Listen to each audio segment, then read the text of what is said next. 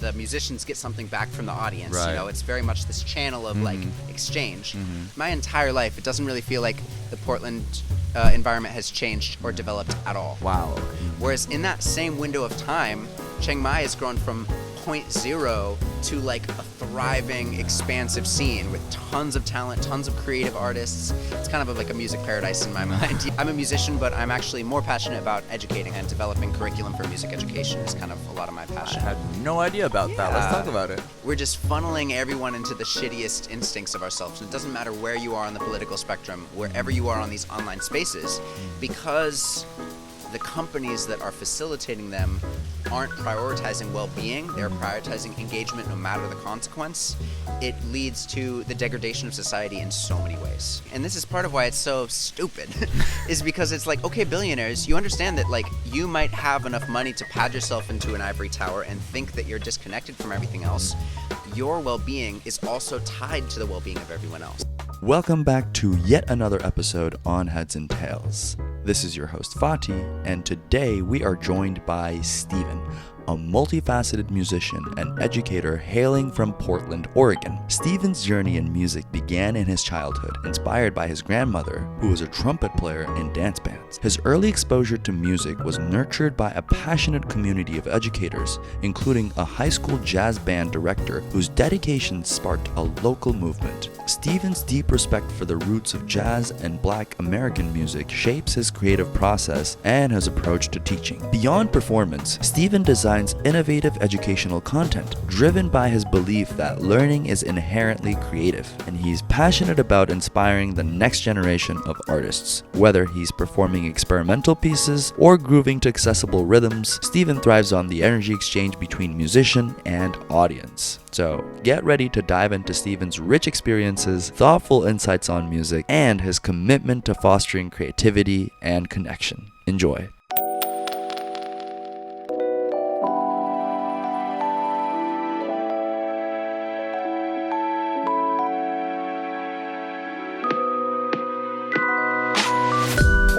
Hi.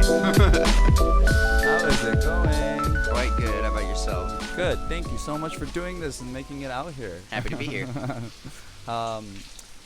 Okay, my first question is going to be about jazz.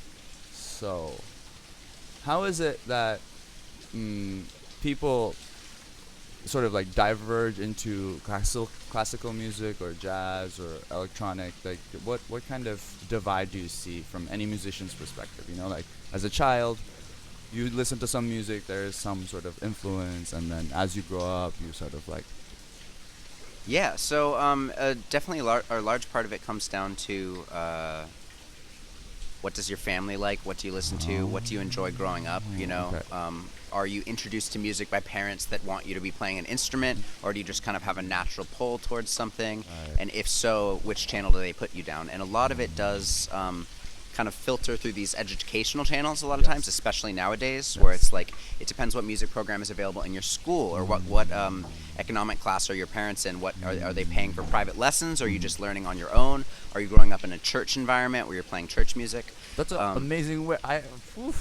You broke it down perfectly. Yeah, you know, so there's all these different channels, and so these days a lot of schools will have like a classical, like maybe a wind ensemble, maybe orchestra, maybe a choir, maybe a jazz band. And in the U.S. at least, everyone learns recorder when they're in like 4th grade or 3rd grade or something like this, which is kind of like the first, you know, so it starts out with some very baseline, generalized music knowledge, and then when you get a little bit older, they start putting you into these band settings. So a lot of times it really has to do with what happens to be available at your school or at your church, or with what your parents are putting you into. The set and setting. Yeah. So for me, I kind of always loved music from the time I was a baby. Was just like really fascinated by it. So I played a bit of piano when I was a kid, and my parents had me get some lessons.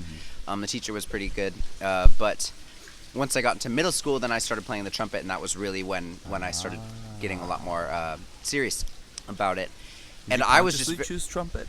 Say it again. Did you consciously choose trumpet? Yeah, so actually my grandma played trumpet when I never got to hear her play because she had stopped by the time she was older, but she played in a dance band when she was in high school and college. So she was a soloist playing all those like jazz dance styles, and she had seen a lot of the greats play of like Duke Ellington, Dizzy Gillespie, all these great artists that would come through and perform. She was in I think Missoula, Montana. So she played in a dance band, so I'd heard some stories, and she actually had her old trumpet in an attic. So the first trumpet I played on... It's in my blood. Yeah, so the first trumpet I played on was hers, which was really, really fun. Special. So that was part of it, is like there's a little bit of heritage there, but also we just had the instrument, so it's way cheaper to go with that. Like we don't How have to... much does a trumpet run? You can get a really cheap one for about $100 US dollars, but for one that's really good, it's going to be more over $1,000. I'd say a solid like middle of the line professional horn is probably about $1,500, and then for like the greatest custom horns in the world, you can spend as much as 20 grand or 30 grand, and for more of like standard journeyman, anyway between like 1,000 and 3,000 is kind of the ballpark for most like solid quality trumpets. Right. But yeah, you can get like a cheap Chinese horn for $100. But it does the job, or like does it like what price point does it actually like? I'd say around that $1,000 level point. You can find great deals. Sure. And there's a huge amount of variation from horn to horn. So you can strike gold in a horn that was cheaply made by someone that just happened to do a really good job that day, and it works together, and like for some reason it plays great. Yeah. But usually I'd say around the $1,000 price point is when you can like reliably get something that will like stand up to any test. Right. But it's because there's so many details of like how the intonation is. Like, are you able to play in tune? How easily are you able to move through the different ranges of the horn? Yeah. What is the tone of the sound like? So for me, I like something with a lot of versatility of the tone. I like to be able to sound really warm and dark, or like really bright and like cutting through, and being able to like just be able to do that with a physical change, as opposed to like I want a horn that can do all of that. Right. Personally, So is it kind of like the versatility? Is it like a style choice, or? Yeah, oftentimes, because someone that is playing in an orchestra, the norm for what an orchestra trumpet soloist is supposed to sound like, it's like this very kind of bright and flashy tone that with a lot of like sort of a mellowness to the vibe, and you articulate in a certain way. And there's some horns that are made directly to sound great in that sense, but would sound kind of out of place in more of a jazz sense. A great trumpet player can kind of make any horn sound good, but there's like very much that fine tuning, like one that's more suited to one purpose or another. So you start playing, following grandma's footsteps, and when did you realize that you needed, or like, was it a conscious decision to get formal education for music? Well, so when I started middle school, when I picked up the trumpet, that was because my school had a band program. Okay. And I was really lucky. I had just some very passionate band directors. So I had my band director, and she was great. But then there was a local guy that taught the high school bands that also started bands, jazz bands at all the middle schools. Interesting. And he was just an incredible teacher, incredibly selfless person, really steeped in the culture, and he went, and it was this tiny little town, like almost all white town, and he's this like 6'7" black guy with like and he played the alto saxophone. His dad was actually a Harlem Globetrotter. Whoa! So he had all these crazy stories, Nice. and he really knew like how to encourage and inspire kids to like put the spirit into the music and get things sounding authentic and get the swing right. So he inspired me a lot, and I joined the band kind of just because I saw the kids having a great time, and he was really cool, and so I just kind of came under his tutelage and then studied with him for years. After a year or two, I think my second year of playing, he encouraged me to come join the second band at the high school, because there were 2, sometimes 3 bands, jazz bands at the high school. And he was genius for it. He actually started all those middle school bands with like no money. Musicians? Say again? To like find musicians and kind of like Exactly, and also just because he smart. knew he wanted to like spark a whole shift in the culture of this small town, and he knew that like if you get the kids inspired young when they're like 11, 12 years old, if they're already excited about it, then by the time they are 15 and they're at the high school, they're already sounding great and they already are passionate about it. Psyched. Yeah, exactly. So he, and the school honestly gave very, very little support for the arts ever. He was always fighting to even prove that it was worth it, which was hilarious because our school district was underfunded, but every other year we were buying our football team new helmets and stuff because they made state one time. They didn't even win, but like they went. They were very proud of it. They have a chance. They were top 16 in all of Washington State, maybe. Hey, they need the new helmets. New helmets. Those other ones were 4 years old, you know, like. But then like they were always trying to cut funding to the jazz program, even though we would like travel around and come back with prizes and things. And also it was just so much inspiration for so many people. But anyway, so he knew that like if you get them inspired young, then it just pays so many dividends. If you're running a program and if you're just trying to start sort of a movement where you're inspiring the children to do something great, like that's, if you get them inspired young, that just is going to pay off. I think it's a Confucius quote that it's like, I don't remember what the 1 year priority, but it's like if you have if you want to like have success in 1 year, do one thing. If you want success in like 7 or 10 years, it's like plant a tree. If you want success in 100 years, educate the children or something like that. But probably a misquote, but like the concept is like he was really like kind of ensuring the long-term success of his program, but there was no money for it. So he just went 3 days a week to 3 different schools and just started jazz bands for free. And then once there was enough students that were clearly showing up every year and then they're going and competing at these festivals, then finally the district was like, okay, yeah, we can make this an actual class and give a little bit of budget for it. Wow. But he really just was like not worried about the money, just started it to benefit the community. And then like, so that's why I got into it. It was really just his sort of generosity and just to piggyback off that, I think if anyone wants to do anything in life, I think that is an amazing way to just do it because they're solving either their own problem or they're doing it because they're super passionate about it, / they want to give someone a chance. You know, they've seen it in their own lives where, you know, they were denied a chance or something and they just want to give that to people. And success and money and everything else that is secondary with anything that you do in life will definitely follow. Yeah, as long as you're able to like just take care of your immediate well-being and your needs, your housing, food. You know, it's like if you have those things taken care of, just like pursuing something that you're passionate about for the benefit of the community and trusting that if you're creating value, then like the resources can like come after that. Absolutely. And what kind of friendships did you make along the way? You know, it was a great community. Looking back, there's a lot of pros and cons to the community there. Sure. So I made some very close friends. Actually, my current girlfriend, we met at a middle school jazz festival, and then we were friends for years. But you know, and there's a lot of camaraderie that can emerge out of the band. And I did a band a little bit later on that we did a lot of traveling around the country for competitions and did really well.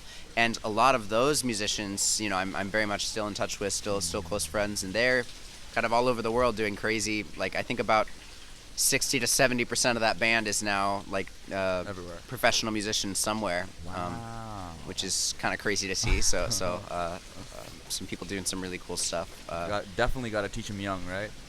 Yeah, right. But to be honest, there's a lot of dysfunction. Also. And I would say with the educational environment in general, this is true. Sure. Because kind of the hierarchical model where it's just one person that tells everyone else to do and then one person that tells everyone else to do. It's like a lot of times it doesn't necessarily foster like the well-being of a community in that scenario. It just ensures results, which is great. We love results, but for me, it's like it's kind of like our system right now, how we're doing so much damage to the earth because we only care about the result of like what is the numbers on paper over how much output we're doing, and how much profit are we able to get out from something. It's like if you're running a band program and your only goal is how many trophies can you amass, then if that's your goal, there's all these other things that can kind of fall off on the edges. So to be honest, there was a lot of bullying, a lot of like sexism, a lot of issues that kind of emerge in these band environments, even though the professor was great and he wasn't necessarily like it's not for his fault. It's just like it's like if we prioritize only profit as a economic system, then we get lots of profit, but everything else gets wrecked, you know, because it's not a sustainable system. And the same thing, if you prioritize only winning competitions, then like you do, but all of the other pieces of the puzzle can be weakened because of this, and there can be a lot of negative. So it actually so I made some really good friendships, and then there were a lot of friendships that were very tight at the time, but also dysfunctional that now I lost connection to because it was like not necessarily the greatest. It wasn't really a holistically like beneficial friendship. It was just dysfunctional, and I hope I can reconnect to a lot of those people later on, like if we all kind of have room to grow. But I think also, I moved across the country as soon as I was done, and now moved across the world, so it's a little bit hard to keep in touch with people. Yeah. But is this like a traveling jazz musician lifestyle? Or is it like you What I'm doing? Well, no, in general, like, is it hard to keep in touch when you're kind of in this? I think it's true for anyone that travels that it's like you receive the benefits of the effort that you put in. And I'm not always great at expending that effort to send messages. And there's certain times where, especially with some of those relationships that like had beautiful parts, have a lot of great memories, but also had these sort of darker dimensions of like mutual bullying, and not like I was only bullied, but it's like we were all bullying each other because like that's kind of what we were. It's kind of what we learned and how we were trying to function, and it was always like just imposing that we need to have success at all costs, no matter the ramifications, no matter the consequences. Right. And so that sort of like, I think sometimes it's natural and healthy to be able to step back and realize that relationship has played its course for that era of your life, and you might reconnect in the future, but it's like I don't. And if whenever anyone reaches out to me from that era, I'm always excited and we reconnect, and it's great. But like I kind of have come to peace with like allowing certain things, like there's nothing wrong with some distance. There's nothing wrong with taking space after that has kind of played its course. Do you find yourself only connecting with musicians? No, not at all. Okay. No, I have friends of all walks of life. For me, it's more of like, what is your worldview? What inspires you? What do you like to do with your free time? So I find a lot of people that are just like-minded from all different careers or life paths, backgrounds.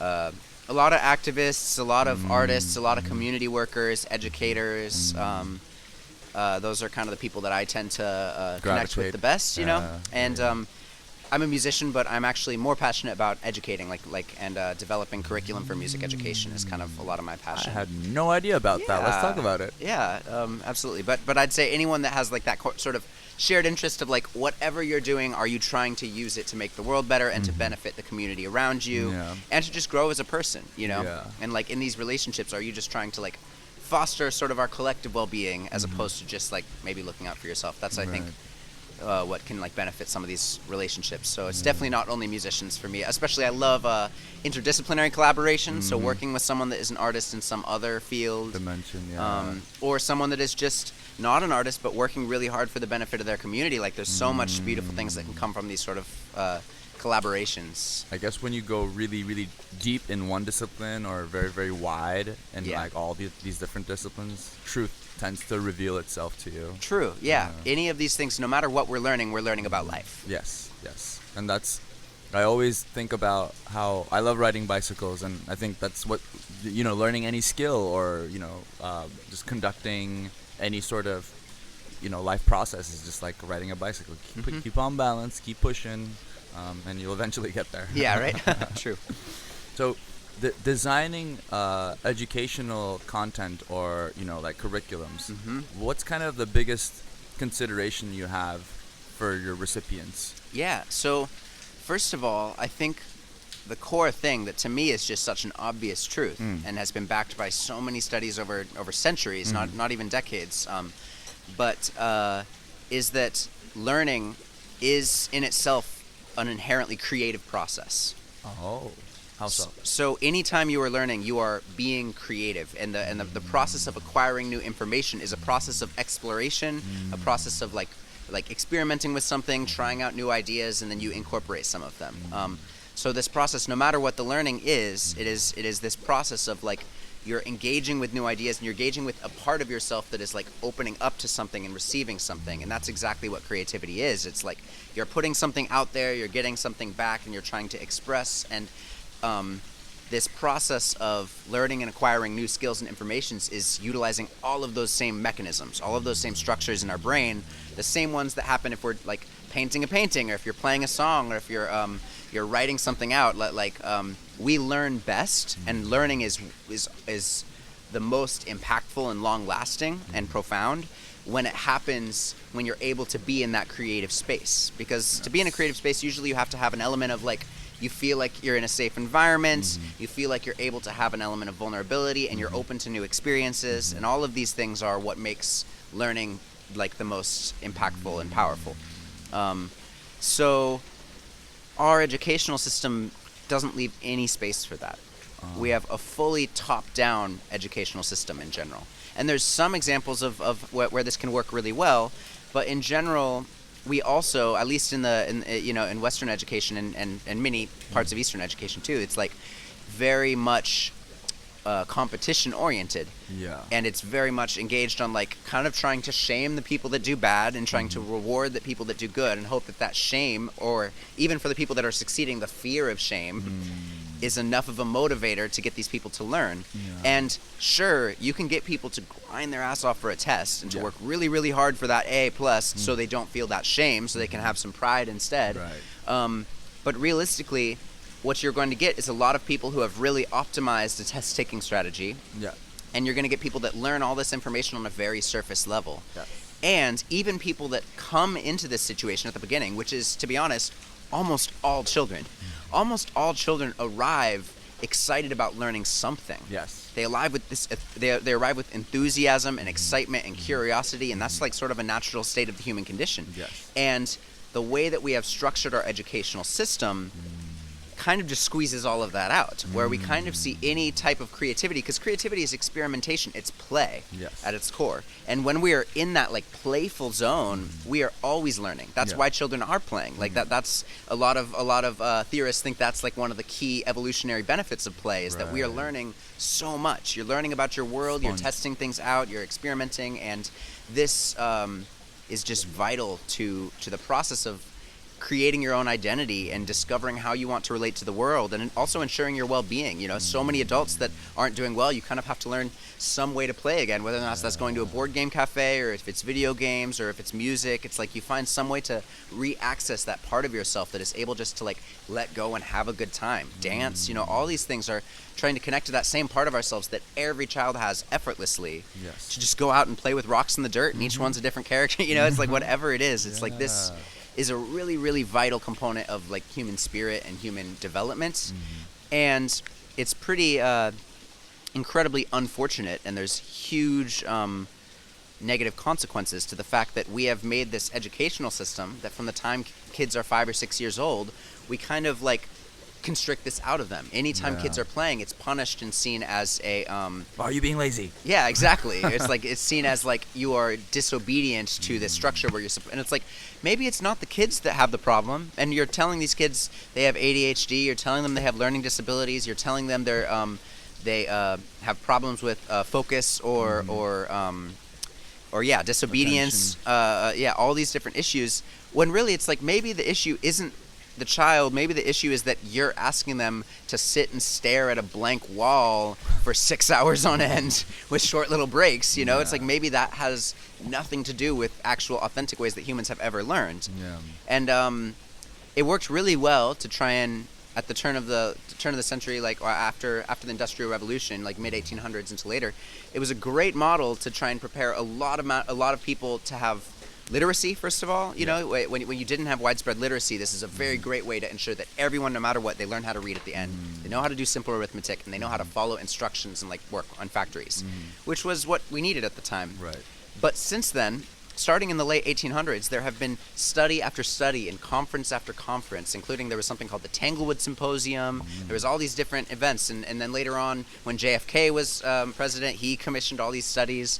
And every single time a study has been done, it comes out that students learn best when they're able to kind of self-guide their own process and follow their creativity, or follow their curiosity, follow their passion, and then do like project experiential based learning. And for different students, you need to have some room for people that learn more visually, people that learn better off of hearing something, people that need to like actually have their hands in the dirt to learn. But all of these processes are made way better when the students are able to actually be following their own intuition and excitement and be in that process of like discovery, because discovery is such a beautiful feeling, and we all know it. like whenever we are like encountering some new idea or new experience that we've never had before, it's magical and it makes us want to like chase that. And we need a structure that encourages kids to follow through with that and rewards them when they do this. For a long time, this was difficult because there's a lot of logistical concerns that need to happen, and it doesn't work to have one teacher and 30 students. Like it's very hard to facilitate. Then it turns into like teaching is telling, which is not. Yeah. Teaching is not telling. Exactly. But that's how we function, you know. It's like sit and watch the math lecture, and if you don't know it by the end, you're the one that's told You're it's dumb. stupid. Yeah. No Yeah. wonder I didn't like school that much. I mean, the only part that I really enjoyed school was the part where I did go in the States, you know, where, you know, like individualism and like kind of creativity was a little bit more at the forefront. But as soon as I got back into the old world of, you know, just 2 + 2 is 5, you know, then I was like, okay, yeah, like I need something else. Yeah. Wow, that's a really, really important point. I think there needs to be more people like you in the world, like the way you think. So is there anything that you've learned in doing the masters that will kind of, you know, help incorporate to the educational kind of path that you're taking? Yeah, some of what I was just talking about was information I didn't really get to study until the masters of like all of the different people that What was your master's on, by the way? It was at the Global Jazz Institute at Berklee College of Music. So it was all about the sort of intersection of music and social change. So it was one part performance, one part education, one part like music business, kind of all melded together. Wow, that's a good program. Yeah, it was a really beautiful experience. Danilo Perez is a phenomenal Shout out music. Danilo. Shout out Danilo. He's honestly one of the most inspirational musicians and like public figures I've ever encountered, and he has really transformed a lot of things in the environment of Panama as a country, because he started a huge foundation and a jazz festival there that is now like one of the biggest tourism drivers for the country. Every year thousands and thousands of people come to watch some of the greatest jazz in the world there. And they use that festival as like kind of the catalyst to then spark education for disadvantaged kids all across the country. So in all these smaller towns, there's kids that before would be put into a coercive work situation, or would be put into gang violence, or would be put into or just in poverty where you don't really have access to opportunities. And now they are going to band rehearsal, and there's all these different bands, and then they get to perform at the festival often. And now that's been going about 15 years. So one of the students from that actually graduated alongside me in the master's program. Shout out Samuel Batista. Hey, Samuel. And he's one of the world's foremost soprano saxophonists and alto saxophonists, doing some really creative and great stuff. Yeah, he's phenomenal. And then there's a lot of other kids that are getting scholarships to go to music camps in the U.S. and stuff, and now they're able to access all this opportunity. And even if they're not pursuing music, they're able to learn, use all of the knowledge that they get from that community and from that experience. And like we're talking about, no matter what you're learning about, you like that experience of being great at something transfers into whatever you do. So like, you're just giving me goosebumps just talking about this, because I'm just thinking about, like, you know, Panama's just one small place, right? Yeah. But like the rest of the world, there's so much talent and so much enthusiasm and so much, just so much beauty that we're missing, just because, you know, like, there's not enough systems in place to cater to these people. Yeah, and part of the issue, and I would say maybe the core issue, is that I don't think it's even fair to say that we live in capitalism. Right. To be honest, we live and have for a long time lived in hyper-capitalism, you know? Where it's like, you can say that again. It's not only, because the idea of something like capitalism, the idea of like, okay, we have free markets. You know, free market, and we have tokens to like represent, you know, money as just a function to use to make everything simplified and standardized. This isn't a terrible idea, but the problem is if there is no mechanism to mitigate greed, and if because then these huge actors that are acting out of greed are able to make these like hyper corporations that then use underhanded tactics to like push out any other competition, then again the only thing they're prioritizing is profit. So profit is the only benefit that comes out of the system. If you had like some of these issues, like in my mind, small businesses are the most important businesses. Of course. And no matter what we're doing, and this is part of why it's so stupid, is because it's like, okay, billionaires, you understand that like you might have enough money to pad yourself into an ivory tower and think that you're disconnected from everything else, but you're still part of a community. Yeah. You still were born somewhere, and you are still just a human like everyone else. And your well-being is also tied to the well-being of everyone else. Well, their well-being is dependent on us working for them anyway. Exactly.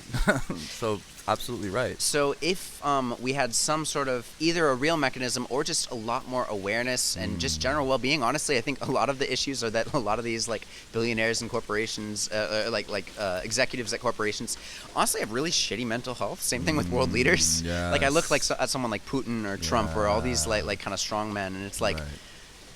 They're doing what they're doing because they have these like crazy deep insecurities and all this like unaddressed trauma where they think they need to impose their will on the world just to be valuable, you know? Yeah, It's like to be accepted. yeah, so it's so many just misunderstandings over who they even are or what is going to be better for them, because like they can achieve all the domination they could ever hope to, and they'll be just as depressed, you know? It's like it won't actually do anything for them because you didn't address the actual stuff. Yeah, so for me it's like if we can just restructure things, which is so much easier said than done, but it takes just people imagining, it takes people trying stuff and envisioning these sort of new paradigms and taking action to move towards them or try and like build something grassroots that can kind of grow up from underneath.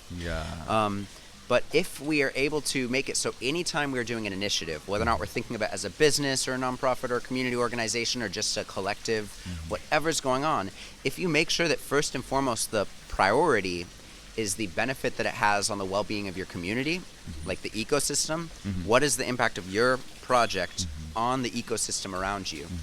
And that's your well-being and the people, like everyone's well-being that is involved. And if that is like the first priority, I do believe that there's many, many models that can still bring profit out of this. Like you can still generate revenue out of this. You can still create so much value and have the resources line up. But like that's the issue is like there was a huge report that just came out a few days ago on TikTok, and this is after a whistleblower for Facebook and Meta maybe 2 or 3 years ago, that show that basically these companies that are facilitating all of this like interaction, like the primary place where society is unfolding. You know, sometimes we have people that get together and sit face to face. This is great. But the vast majority of politics, like the economy, socialization, community, all of these things are happening in these digital spaces. And the stewards of these digital spaces are intentionally making decision after decision after decision that prioritizes engagement and profit, even after they have clearly seen that it causes devastating impacts on the people that are involved. So like the executives of TikTok's, there was all these internal documents that were leaked after TikTok's own internal investigations and studies that show that they have clear data that this is like damaging teens' sleep and mental health and well-being in society and like connection to the people around them, and they don't do anything to help. And there's like also so much like it was a crazy amount. Like I think it like according to their own studies and estimates, it's like well over 30% of all these different terrible categories like sexualization of minors and like pedophilic type content and all these different issues. They just know that that's how much isn't getting taken down. And I don't even know how they, like I'm not even sure how you can calculate that, but they're just aware that this is one of the things that's happening. And it's made so much worse by the fact that the algorithms, whenever anyone is engaging with any type of content, whether or not it's white supremacist or eating disorder or like sexualization of minors, it's like it just sends you deeper and deeper and deeper into that rabbit hole because it's going to ensure that you keep scrolling. So you have these like, it's really the town halls, the public squares of the modern age. And except it's the public squares where someone is constantly trying to push you closer and closer to like that corner where someone's doing a drug deal or like that place where people are like trying to, you know, it's like we're just funneling everyone into the shittiest instincts of ourselves. And it doesn't matter where you are on the political spectrum, wherever you are on these online spaces, because the companies that are facilitating them aren't prioritizing well-being, they're prioritizing engagement no matter the consequence. It leads to the degradation of society in so many ways. And very fast, too. Yes, very, very fast. And this is not new. You know, this has been happening for years now. But that's just one case that's like, imagine if we had, because social media as a class of technology Yeah. is transformational, and Yes. it's created so many beautiful things in the world. It's created so much potential for connection, for innovation, and for people that never had access to like economic activity to build something for their community, Yeah. even if they're not in a physical place where they can do something. You have all these ways of generating wealth that can be spread, and all this new possibility. But if these things are made in a way where you can't say that it's like accidental, Yeah. because when they have clear documentation, they know that it's happening, and they're the ones choosing how to fine-tune the algorithm. Yes. And if so it's like they are intentionally causing that issue. They can pretend that they're not. They can give all the PR statements they want about, we prioritize the well-being of our teens, that's the biggest issue on our minds. But it's like, if every time when you see that you're leading a child down the path of something that's going to lead them to be way more likely to commit suicide, Yeah. and you are making that choice because that still gets you like a 0.05 increase of a percent of the ad revenue you're going to get from that one kid, you know?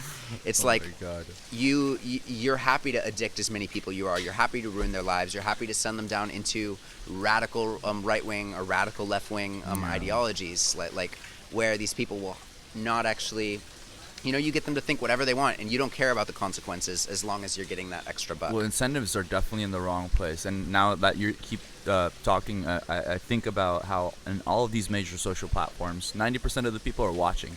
Maybe like 10% or like even less than 10% people are posting. Yeah. And since the incentives are in such a wrong place, the content creators, they're feeding into like how we can keep people more like attention, sort of like short attention span content. We're just like cut the video like at all times, like just like Yep. just bombarded. You're like, whenever you turn on the screen, like each passing week, I find another format of video that is just way more skibbity, brain dead, whatever content. It's like, whoa, like Yeah, and it's not like, and that's the thing where creativity meshes with like the economic, what's the word you just used? The incentive.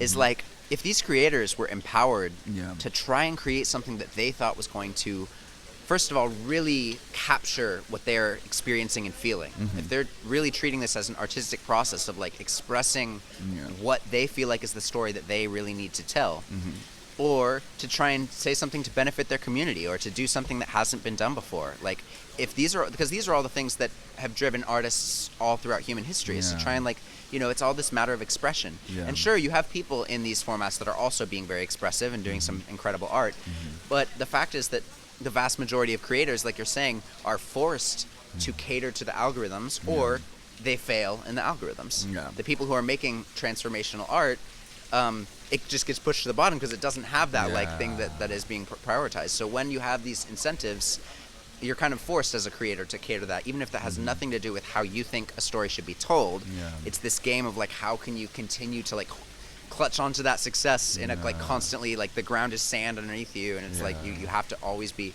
adjusting to what is going to keep that engagement, or potentially lose your livelihood. Yeah, I think to keep things small is probably the best, because this is what I'm going through with my content as well. So I've been doing this for a year, and the numbers aren't reflecting like what I like. But I never take anything personally. It's not my worth; it's my guess worth. I know, like, I want to do this for the rest of my life. So like at some point it will definitely pick up. But it's just like a testimony that this isn't sexy. Like the thing that's sexy is the short-term gratification. Like if we're talking about some serious stuff that needs to be addressed by people in power, well, no one's gonna listen to that. But I think if I feel like change happens over like repetition. Like if you need to tell me something, let's say I need to hear that I should drink water 500 times, and I've heard it like 499 times, and in this conversation if you say, hey, maybe you should drink water, that's the 500th time, and that's the point of me perpetuating these ideas and messages in people. So after finishing school, did you have this like the master's degree? Did you have this sense of like, oh, I should definitely start giving back immediately, or like what kind of trajectory are you on right now? Yeah, definitely, and kind of the message of my program, Danilo Perez, he started the program, and there's a lot of other really inspiring people that similarly are like Terry Lynn Carrington is another great example. and she's a legendary musician who founded the Institute for Jazz and Gender Justice, which I was lucky enough to study at for a while. And these are really people who are great examples of, first of all, achieving success and just ability excellence in music on the highest level possible. These are the greatest musicians alive. You know, there's people who are on the same level, but there's no one that can go above, in my mind at least. And not only that, but they are also using their voice as an artist to uplift messages that are very important, and at the same time not only be prioritizing their music, but like using the music as the entryway in to do some really powerful and empowering community work, and on a global scale. Yes. So Terry Lynn, jazz history has been really overwritten, and there's many elements of erasure because of the biases of the historians. Sure.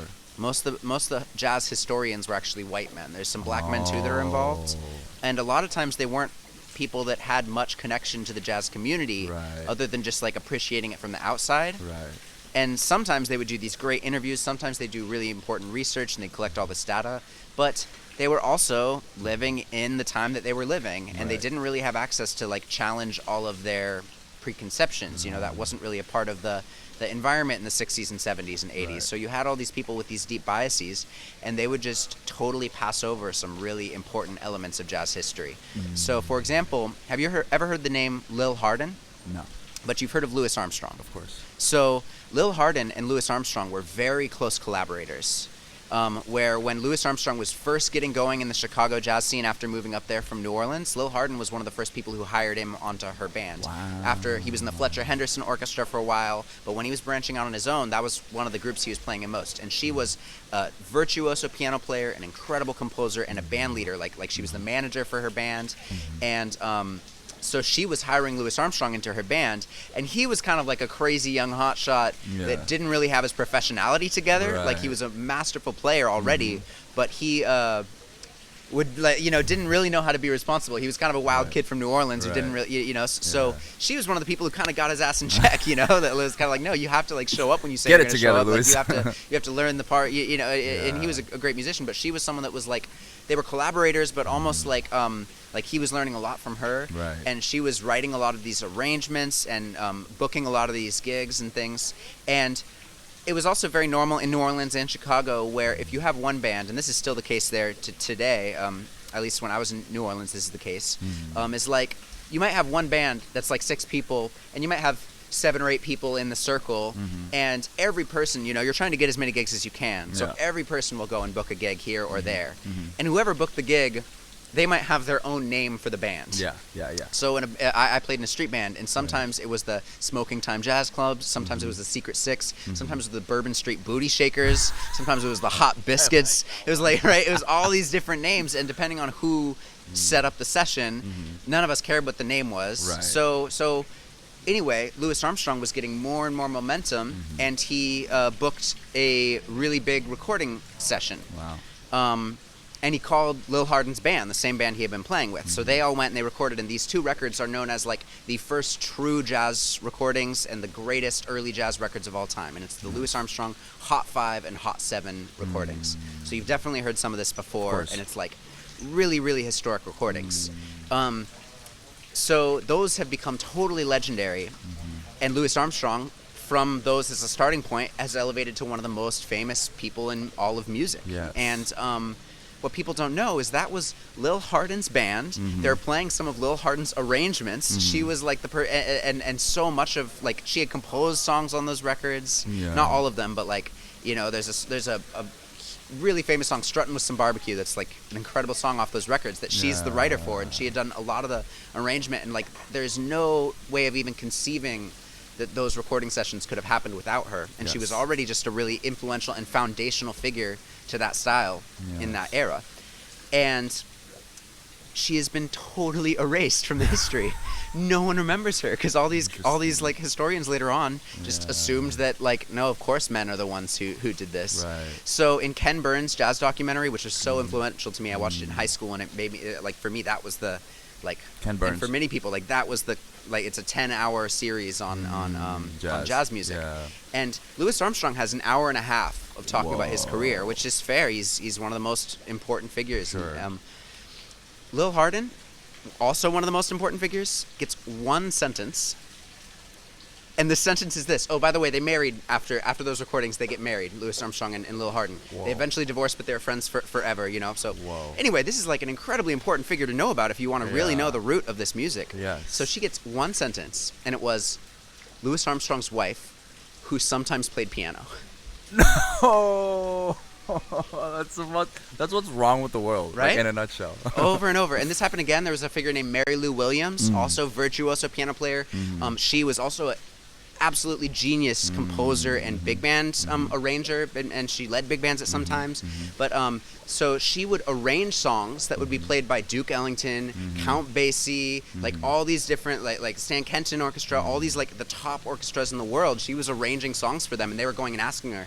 And people like Thelonious Monk, Miles Davis, all these different, the greats. biggest names everyone heard, they were all going and taking lessons with her, learning how to compose, learning how to improvise, and like she was teaching in New York at like a really pivotal time. Yeah. And she's another person that just no one remembers. So anyway, Terry Lynn made this incredible multidisciplinary project called New Standards, you know, because jazz, we're always playing standards. And most of the standards are all written by men, even though there have been great women at every step of jazz history. So New Standards, it was a book of 100 new songs by 100 different, like, great female composers, Right. both early in the history and modern. Later, So this yeah. is a great book, and it was accompanied by an album where they played a lot of the songs off of it, and it was accompanied by a museum exhibit that traveled around and did a lot of things. And this book had a huge impact. It sold out like 3 runs in a row almost immediately. And then festivals around the world were like requiring bands to play one of the songs from the book at their Holy festival. And It's like a staple. and the album that she recorded of this song won, I think 2 years ago now, won the Best Jazz Instrumental Grammy. Whoa. So it's like, you know, but this idea of like she's playing on so many levels at once. Because on one level she's like making music, you know, Yes. she's like shouting from Composer. the rooftops on the highest level, winning the Best Jazz Grammy. She's also like spreading this information that everyone needs to know. Anyone that is worth their salt in jazz history needs to know Lil Hardin, needs to know Mary Lou Williams, needs to know Melba Liston, needs to know Hazel Scott, all these other like these people that like created the music that we listen to and we're top of the line. And we don't even need to, we don't only need to know them, we also need to know how much bullshit they had to deal with, like in all of this stuff. Like Melba Liston was an incredible trombone player, and later in her career she opened up that like when she was on the road with Dizzy Gillespie's big band that she dealt with like sexual harassment and rape and stuff from members of the band. Of course. And that's crazy because all of the members of that band are legends that we uphold. Yeah. So we don't know who, we don't know why, but we know that like among our favorite jazz musicians are predators. Some nasty ass. And under everyone else, a lot of them stood by and let it happen, you know? Complicitness, right? Exactly. Yeah. So that's sort of like, there's a lot of people that think that women are not as prevalent in the jazz community today because women aren't as good at jazz, you know? It takes testosterone to do. And they don't realize, no, first of all, women have always been an integral part of the jazz community. Yes. And second of all, it's never been even close to a safe environment. So these are like simple things. And when Terry Lynn started this institute, the Institute for Jazz and Gender Justice, hundreds of people came and shared their experiences. And there's so many girls that like in middle school, in high school were harassed or by their director or by Right. members of the band, that then it was put on them as like something they had to deal with as opposed to like anyone stepping in and stopping it, which is obviously, that's a story that plays out through so many different fields because that's the world that we've existed in. Yeah. But you know, jazz is one realm that has always been at the forefront of social activism. Jazz has always had a political dimension. It has always been music for liberation and for struggle, like it's emerging out of the black experience for like this sort of struggle against, you know, it's always been this rebellious spirit and this fight for equality. And so it's almost a layer of like hypocrisy that's in there, that like this music that's always been so considered itself to be so progressive and so rebellious has also fostered all of these same terrible dynamics, and to this day doesn't call them out.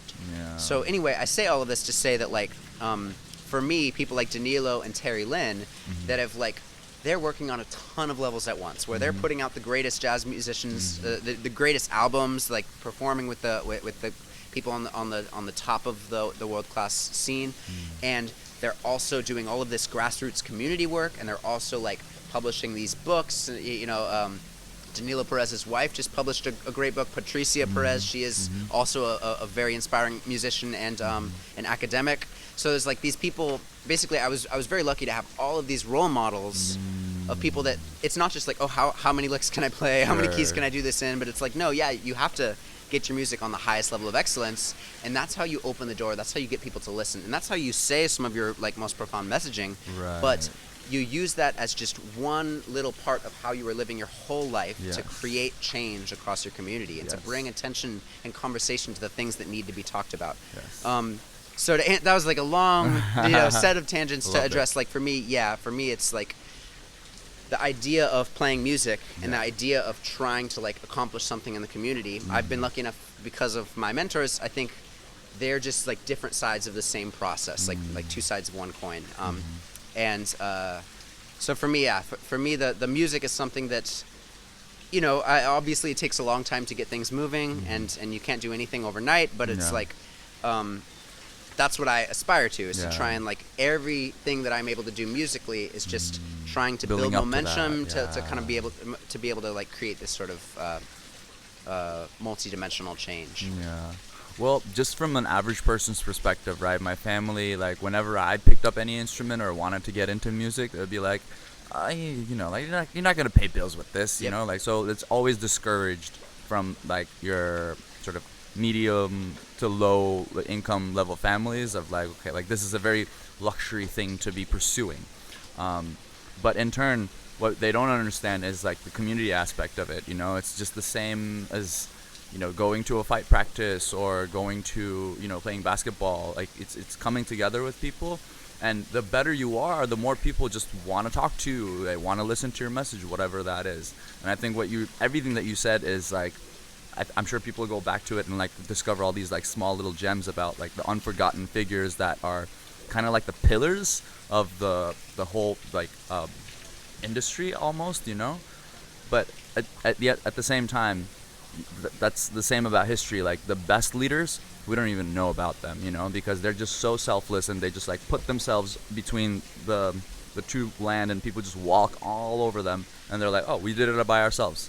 But like they didn't know that the leader's just like right beneath them. We're all standing on shoulders of giants, yes, and some will never know their names, and it's important to try and remember as many as we can. Yeah. But to continue off of what you're saying, like that's one thing that I wish more people would understand is like music really sits at the intersection of so many different things. It does. And it's built off of just physics. Yes. It's built off of the most foundational laws that determine all of existence. Universe. Yeah. Of like just a sound wave is some of the simplest math we can have of just like, it's just like a point moving around a circle. Yes.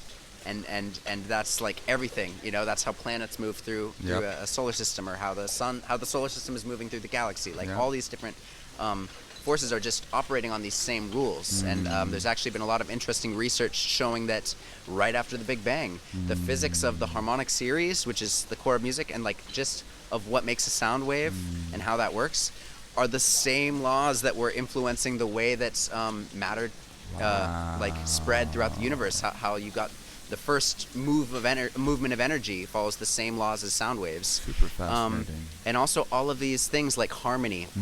Harmony as a concept is fascinating. Or resonance.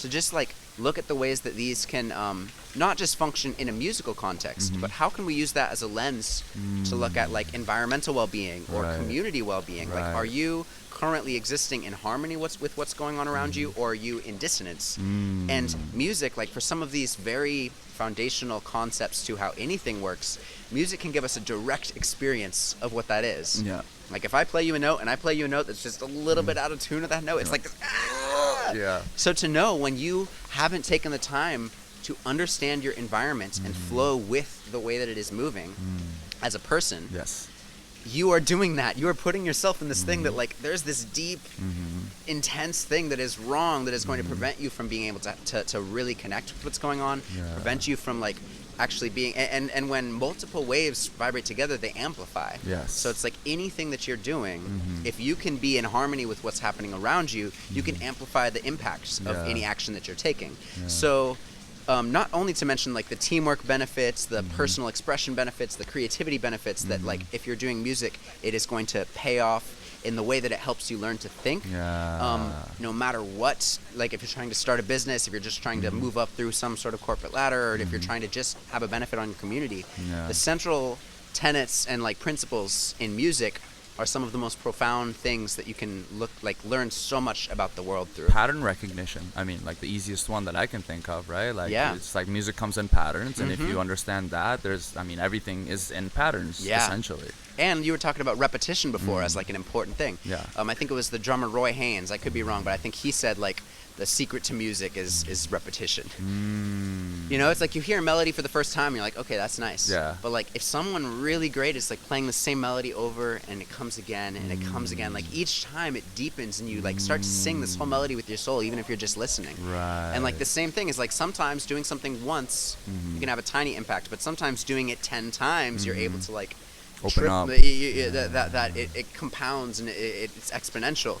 And to really be able to learn, like there's all of these principles that if you just like, even if you don't have a musical bone in your body, even if every time you touch an instrument you think it sounds terrible, if you can like learn how to experience music on a deeper level, even if you're never going to become a musician, if you learn how to understand what's happening both in the air around you and inside your consciousness as you're encountering this music, if you can understand those mechanisms, it is like that understanding immediately transfers to so many other areas of life.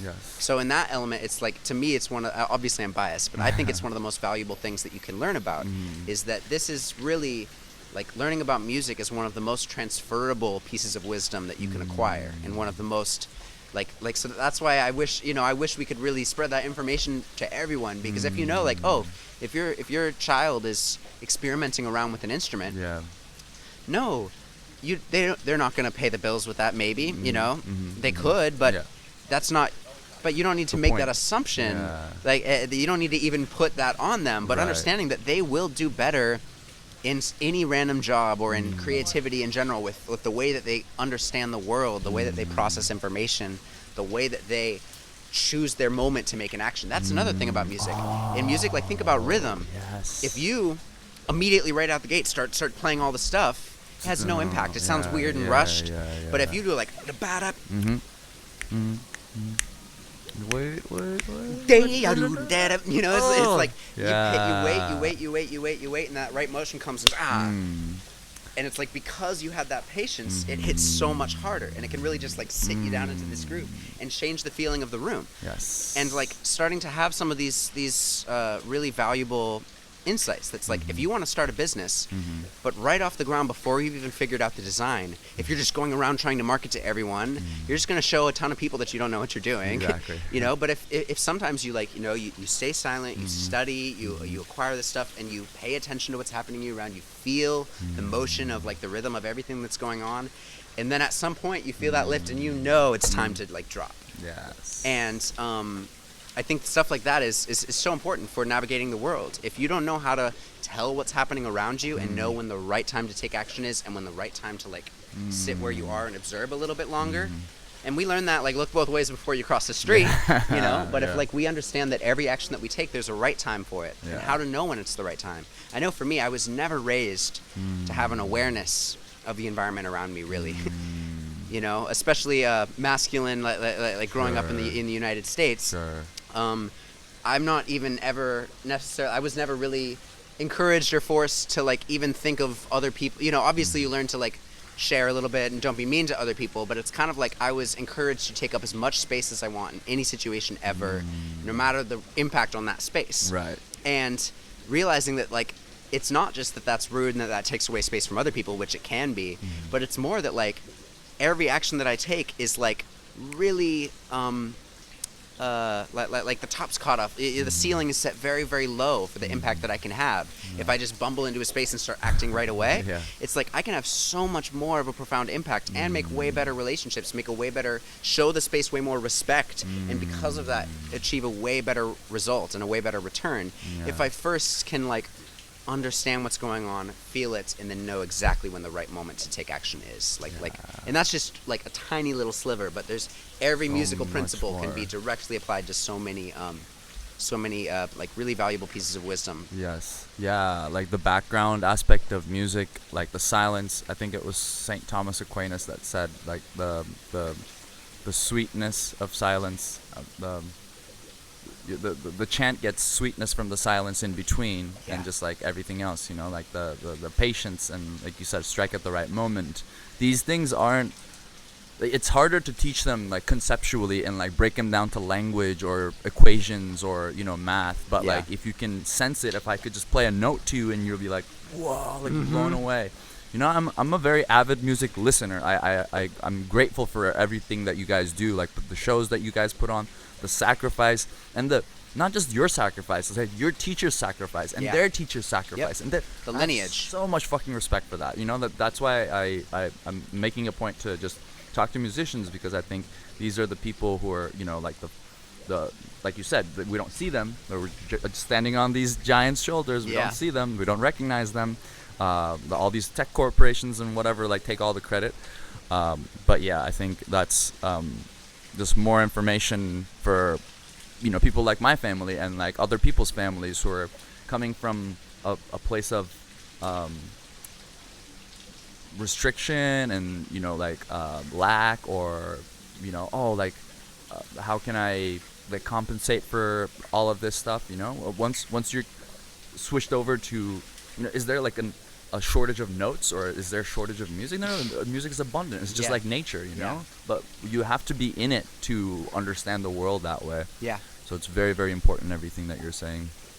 Switching gears down a bit, because I know you have to go, but I'm really curious about this part where in the stage, when you're playing music, how important it is that, you know, people are into it or not into it. Like, is there a difference between you have few people listening to you or versus a lot of people and they're really in it? I think it always it depends on the situation, but in general it definitely has an impact. You know, there's definitely that exchange of energy that happens. Sure. People always focus on the audience gets something from the artists, but I don't think everyone realizes that that's a two-way thing. Yeah. The audience is the musicians get something back from the audience. Right. You know, it's very much this channel of like exchange. So I play a wide variety of genres. So sometimes I'm doing something that's very palatable, very simple and groove oriented, and everyone, like, no matter what your background is, you can just like vibe. Yeah. Other times we're doing some really challenging, like kind of difficult to listen to experimental stuff. And it's interesting because sometimes like you would think that people would really connect to one and not the other. And sometimes it's the case, and sometimes it's hard to dial in exactly what factor it is that, like, you know, there's so many different things about what happened to someone's day, how hungry are they right now, what did they think they were going to hear when they get here, what have they heard in the past, like all these different things that determine what framework they're going to receive it through. But in general, I'll say it definitely plays a role. Like, if you're playing alone, it's you can have profound experiences, but like when you're playing and there's someone else that is receiving this, it kind of elevates the level of what is able to happen. And in my mind, it's like, it's all about storytelling. Right. So the first and foremost, the most important thing from my perception, and many people have different opinions on this. Some people think you always should play for your audience. But I think by far the most important thing is the experience that you are having as a creative in the process of creation. Because it trickles down from you, right? Yeah, or it radiates outwards, you know? It's like what you are doing, your experience of that is now, that is the product that you are making. Right. Regardless of the aesthetic of that, regardless of the musical genre, regardless if it's even music or like as opposed to painting or writing or dance, anything. Like, your experience, whatever anyone else experiences, can only ever be a function of your experience. Right. That's what they're experiencing, like your ego at that very given moment. Exactly. What is it that you are saying through your body and your voice and your experiences, and how can that then be reflected through them? Or how do they receive that and process that energy? And so for me, it's like I've found a lot of people that like sometimes you get an entire audience that's never listened to experimental stuff before, like on the edge of their seats, just like you're playing the craziest shit, but they're like, you know.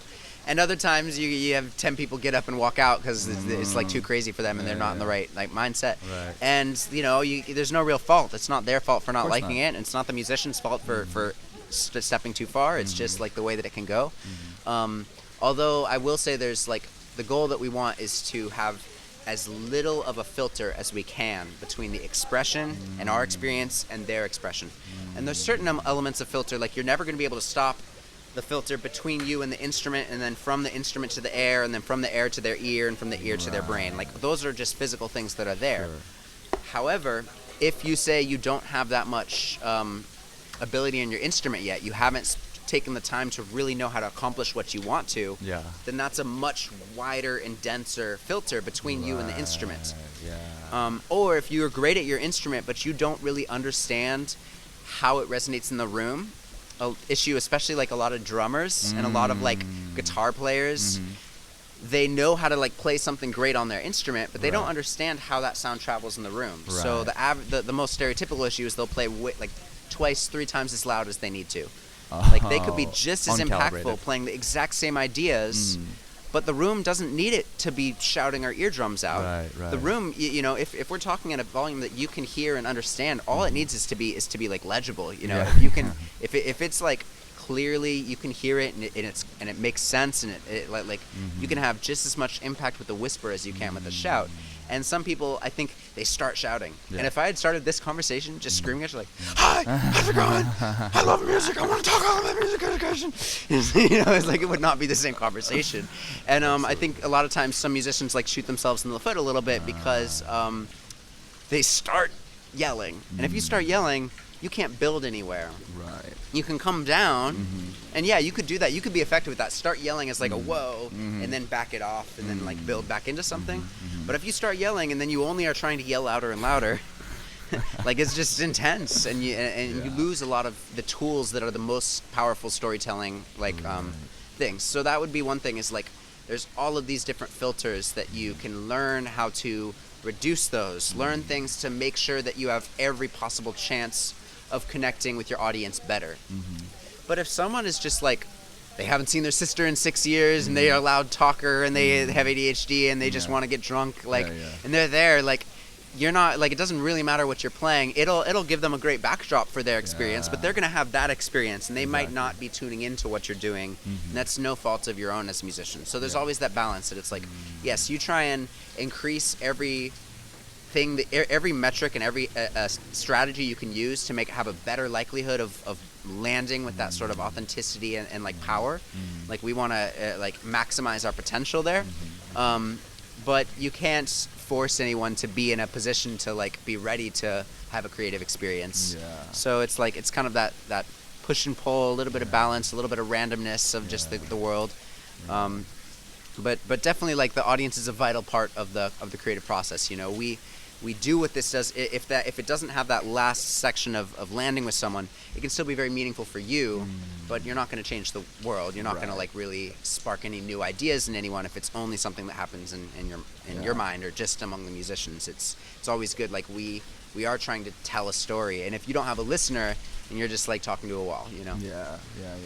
Audience is that we do it for the audience, but they come last.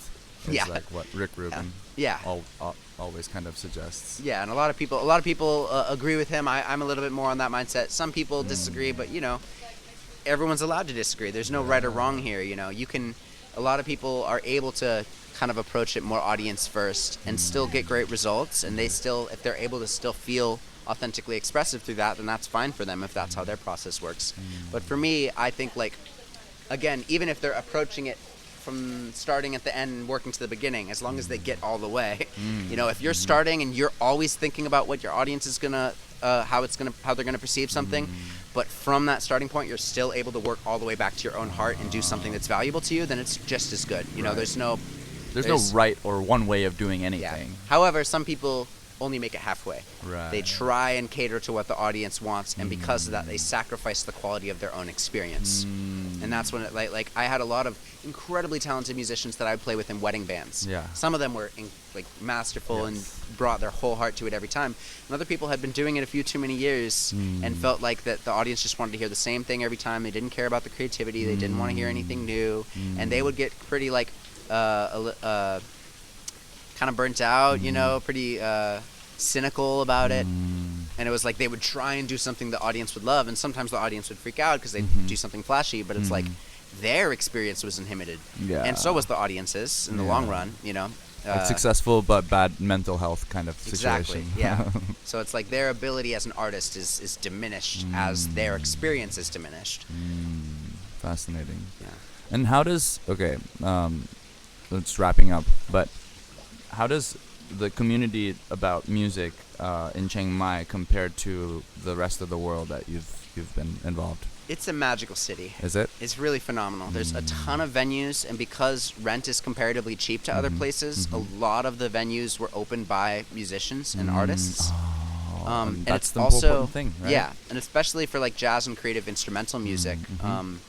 Also, I'd be remiss if I didn't point out one thing that a lot of people miss out, that like just anytime we talk about jazz, it's important to know where it comes from and what the word actually means. So first of all, what we're talking about if we say jazz or hip hop or funk or soul or anything is really just different lines we're drawing in the body of Black American music. Right. And actually, most of the greatest jazz musicians of all time really didn't like the word jazz very much. Oh. This is like a word that has been imposed on the music by record executives and music critics and music historians. And plenty of musicians embraced the title and reclaimed it and used it, found their own value in it, and eventually they're like, fine, if you're going to call us that, we'll own that title. Yeah. But many people, Miles Davis, Duke Ellington, John Coltrane, like Ahmad Jamal, all these like really, they were like, we're just playing music, and y'all come here and call it jazz, and then cut our paycheck in half, because for jazz music isn't as profitable as these other types. Of course not. Even we're playing the same music. It's like some singer plays with a big band but calls it pop music of the time, and then someone else goes and calls it jazz, and they're paid way less. So a lot of it's just important to know that like anytime I say the word jazz, I always have a little asterisk in my head. And there's a great artist, Nicholas Payton, who has kind of sparked a movement called BAM, or like hashtag BAM is what it is on social media, which is like Black American music. Makes more sense. Yeah, so it's and also it's important to know that like a lot of the musicians, they weren't just like in one part or the other. Like a lot of the greatest jazz musicians, they could play like something like soul or R&B or blues or gospel or rock or any of these things. A lot of them could play it all incredibly well. And knowing that all of these things are emerging from the same source, it's the same cultural well that is giving birth to all these different art forms. So I think that's always like anytime there's a jazz conversation, use jazz, like we use jazz as a word because that's how people know how to relate to it. That's what a lot of people know it as, but knowing that word is not always expansive. So anyway, that's just like a side point. But that to be said, the community here that is playing music that comes from those lineages is very new. So like the Northgate Jazz Co-op here was the first venue, and they are just celebrating their 17th anniversary. Yep. And before that, it was just like a handful of people performing on the street. Wow. And they opened that place, and then they started to become successful, and then more people started playing there, and then other people started going and learning the music elsewhere. And then people saw that they were successful, so they'd open other clubs too that would then be successful. So now there's like 10 jazz clubs in town. There's a lot more venues that have creative music. And then with the advent of the internet, many of the young generation, so like between like 15 and 25 have just like been able to like self-teach themselves and get into some really deep lineages that way, just through encountering information there. And the mentorship networks have gotten stronger and stronger as more people have played. So I'm from Portland, Oregon.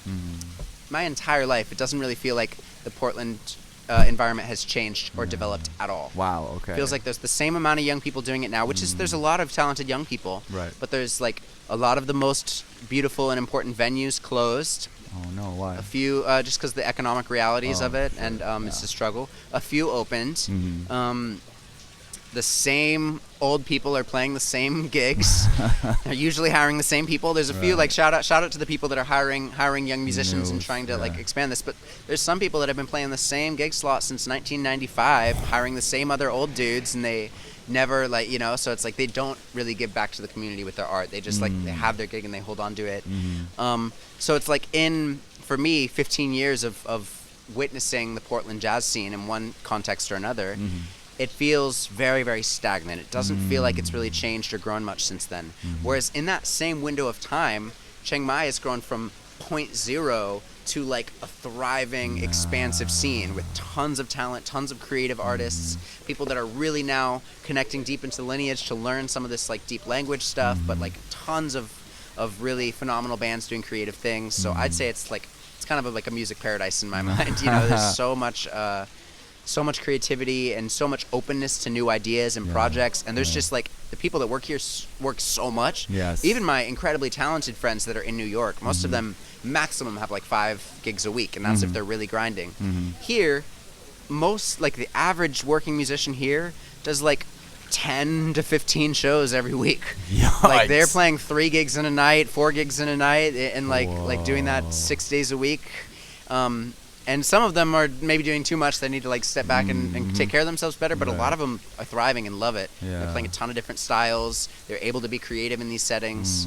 They're able to come up with an idea for a new project and execute it and have a venue that will support them in it. Nice. I was just trying to apply to a new venue for a concert, and the only guidelines I got from the person, and oftentimes people have all these limits of like, you need to have a vocalist, you need to play this many covers, you need to like have this kind of style, like the audio, you know, they're really like in Bangkok, picky. I think this is very much, almost all the gigs are here. They were just like, be on time, bring good vibes, and like have some element of improvisation and interaction with the audience. Those were our guidelines, and it's like that gives us, you know, the entire world is our oyster musically. So, so I love Chiang Mai for that reason. Yeah, that's wonderful. Well, thank you so much. I think for all the musicians, audience, people who are teachers, like I think there's something for everyone in this conversation. Appreciate you. Thanks for having me out. Helpful, thankful, and graceful, and just very grateful to have you here. Thank you so much. I appreciate it. Thank you everybody for listening. We'll see you on the next one. All right.